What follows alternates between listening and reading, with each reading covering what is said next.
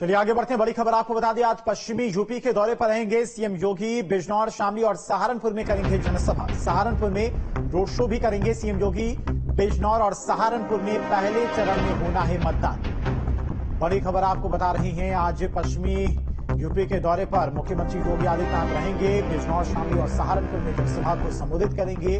BJP प्रत्याशियों के लिए प्रचार करेंगे और जनता का समर्थन जुटाएंगे। सहारनपुर में रोड शो भी करेंगे सीएम योगी। बिजनौर और सहारनपुर में पहले चरण में मतदान होना है और उससे पहले आज मुख्यमंत्री योगी आदित्यनाथ यहां पर जनसभा को संबोधित करते हुए नजर आएंगे। बिजनौर, शामली और सहारनपुर में आज मुख्यमंत्री योगी आदित्यनाथ की चुनावी सभा होगी, क्योंकि पहले चरण में यहां पर मतदान होना है। उससे पहले मुख्यमंत्री योगी आदित्यनाथ आज चुनावी सभा को संबोधित करेंगे।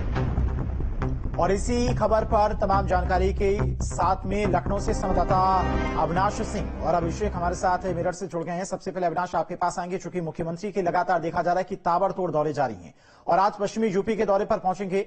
3 लोकसभा क्षेत्रों में वो चुनावी सभा को संबोधित करेंगे। हालांकि इन तीनों सीटों पर पहले चरण में मतदान होना है। कितने बजे लखनऊ से रवाना होंगे?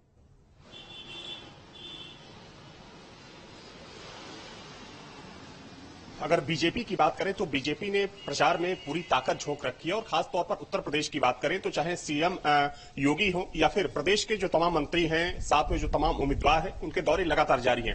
हालांकि आज देखिए 3 महत्वपूर्ण जिलों में लोकसभा सीटों के लिए सीएम योगी चुनाव प्रचार के लिए निकलने वाले हैं, जिसमें अगर बात करें तो चूंकि इसमें से सहारनपुर की जो सीट है बीजेपी के लिए टफ सीट मानी जाती है, क्योंकि 2019 के चुनाव में बीजेपी वहां से चुनाव हार गई थी। तो वैसे में इन सीटों को फतह करने के लिए चूंकि एक तरफ धरातल पर जो जमीनी रणनीति है उसको बीजेपी साधने की कोशिश कर रही है, तो वहीं चूंकि देखा जाए तो यूपी में सीएम योगी का जो चेहरा है सबसे बड़ा चेहरा है। और कहीं ना कहीं 2022 के विधानसभा चुनाव में देखने को मिला था कि सीएम योगी के चेहरे पर अच्छी खासी बढ़त वहां पर बीजेपी को मिली थी। तो जाहिर सी बात है कि मुख्यमंत्री के सहारे बीजेपी उन सीटों को फतह करने की कोशिश कर रही है और ये तीनों ही सीटें बीजेपी के लिए थोड़ी सी टफ सीट मानी जाती है, क्योंकि देखिए अगर हम सहारनपुर की बात करें तो चाहे सैनिक वोटर्स हों और चूंकि मुस्लिम बाहुल्य सीट मानी जाती है सहारनपुर। बिजनौर का भी समीकरण कुछ वैसा ही है और खासतौर पर हम शामली की बात करें तो उसमें चूंकि कैराना और कांधला आता है, जो कि पूरी तरीके से मुस्लिम बाहुल्य इलाका माना जाता है। तो इन सीटों को किस तरीके से साधा जाए,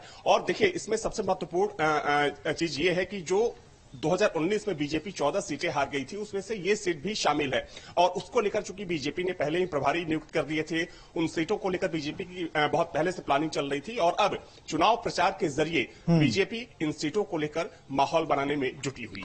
ठीक है अविनाश, आएंगे आपके पास। अभिषेक भी हमारे साथ मेरठ से जुड़े हुए हैं। अभिषेक, इस बार की अगर बात करें तो पश्चिमी यूपी में बीजेपी काफी मजबूत स्थिति में है और पिछली बार के जो आंकड़े थे वो उम्मीद से बेहतर थे, लेकिन इस बार आरएलडी भी बीजेपी के साथ में है। कितनी मजबूत स्थिति में पश्चिमी यूपी की बात करें? हालांकि जिस तरह से लगातार केंद्र सरकार की तरफ से फैसले लिए गए किसानों को लेकर, उसका असर भी दिखाई दिया किसानों का जब विधानसभा के चुनाव हुए और लोकसभा के चुनाव में भी। देखिए धीरेन्द्र, बात को समझना होगा। जहां 3 जगह आ रहे हैं मुख्यमंत्री आज, पहले तो मैं बता दूं 27 मार्च से इन्होंने प्रबुद्ध सम्मेलन शुरू करा पश्चिमी यूपी से। पहले मथुरा आए, उसके बाद मेरठ आए, फिर गाजियाबाद गए। तब से लगातार मुख्यमंत्री की ये 27वीं या 28वीं से ज्यादा रैली है पश्चिमी उत्तर प्रदेश में। आज जिन 3 जगहों पे आ रहे हैं, बिजनौर, सहारनपुर और शामली, इनमें से 2 सीटें 2019 के इलेक्शन में हार गए। बिजनौर में बसपा जीत गई, मलूकनगर वहां से जीते। सहारनपुर से फजलुर रहमान जीते, बहुजन समाज पार्टी ने जबरदस्त दोनों सीटें ली। हाँ, कैराना में जरूर प्रदीप कुमार बीजेपी के उम्मीदवार जीते, लेकिन इन्हीं तीनों सीटों पर अब एक नई चुनौती उभर के आई है, क्षत्रिय समाज की नाराजगी। और इसलिए जब आज खेड़ा में सरदना में महापंचायत क्षत्रिय समाज ने बुलाई है तो इन्हीं सीटों से कनेक्टेड, क्योंकि सहारनपुर, कैराना, शामली, यहां से तमाम क्षत्रिय समाज के लोग मेरठ के खेड़ा में सरदना में जो गढ़ है वहां 24 का, वहां पर पंचायत में लोग आ रहे हैं। ऐसे में योगी आदित्यनाथ का इन तीनों जगह आना एक महत्वपूर्ण संदेश देता है।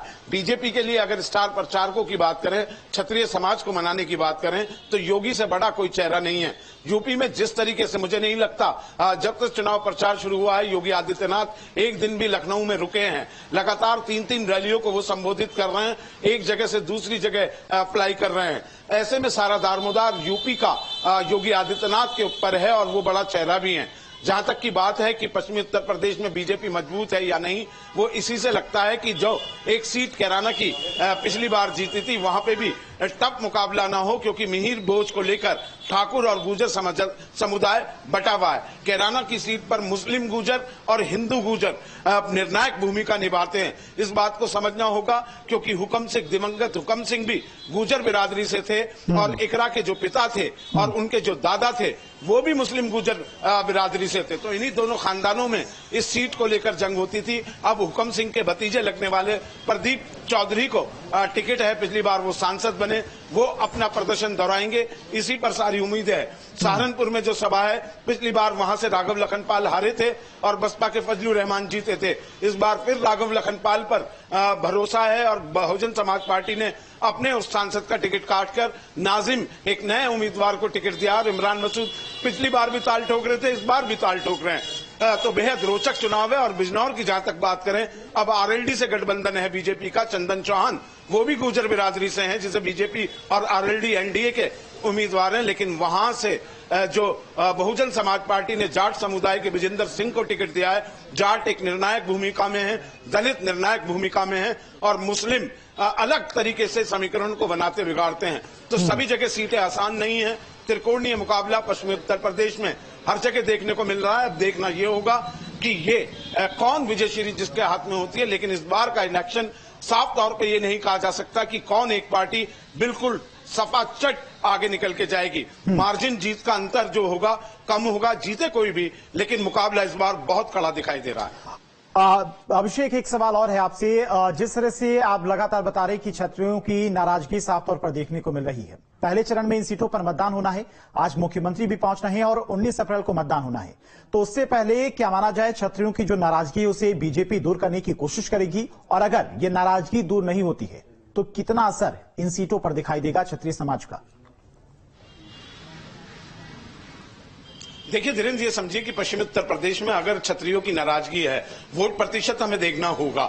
जैसे मुजफ्फरनगर में अगर 8% क्षत्रियों की वोट है, मेरठ में 6% है, या सहारनपुर में 6% है, तो इनका औसत हम निकालने 18 लाख के लगभग का जो मतदाता है वो है। और इसमें से अगर हम औसत मतदान को मान लें 60% या 70% के लगभग होता है, ऐसे में अगर आधा भी कटता है, और जैसे पिछले 2019 के चुनाव की बात करूं तो वहां 6-6, मेरठ में 4400 से बीजेपी उम्मीदवार जीते, बागपत में 25,000 से सत्यपाल सिंह जीते और मुजफ्फरनगर में 6600 वोटों से संजीव बालियान जीते थे। ऐसे में अगर 6-7-8 हजार से जीत होती है और वही 10 से 20,000 वोट दूसरी तरफ चले जाते हैं जो बीजेपी का कट्टर वोट बैंक था, तो नुकसान सीधा सीधा सा होता है। ऐसे में इसकी भरपाई कहां से होगी, ये बीजेपी को मैनेजमेंट करना है। हालांकि क्षत्रियों को मनाने के प्रयास बहुत ज्यादा किए जा रहे हैं, हर तरीके से उनसे संपर्क किया जा रहा है और बीजेपी का जो चुनाव प्रचार है उन्हीं क्षेत्रों में ज्यादा है जहां क्षत्रियों के वोट बैंक हैं। ऐसे में कल मेरठ में एक बड़ा घटनाक्रम हुआ। ब्राह्मण समाज ने भी और परसों त्यागी समाज ने भी बैठक करके बीजेपी से किनारा करने की बात कही है। लेकिन ये मतदान के समय यही रुख अपनाते हैं या इनके नेताओं की जो अपील है उसे ठुकराते हुए बीजेपी के पास जाते हैं। ये 4 जून को पता चलेगा कि क्षत्रियों के नेताओं का विरोध आम पब्लिक में वो विरोध का काम कर पाया है, ब्राह्मण नेताओं का विरोध और त्यागी नेताओं का विरोध आम मतदाताओं में बीजेपी का विश्वास तोड़ पाया है या नहीं, ये 4 जून को पता लगेगा। ठीक है अभिषेक और अविनाश, आप दोनों का बहुत बहुत शुक्रिया तमाम सारी जानकारी के लिए। तो आज मुख्यमंत्री एक बार फिर से चुनावी सभा को संबोधित करते नजर आएंगे।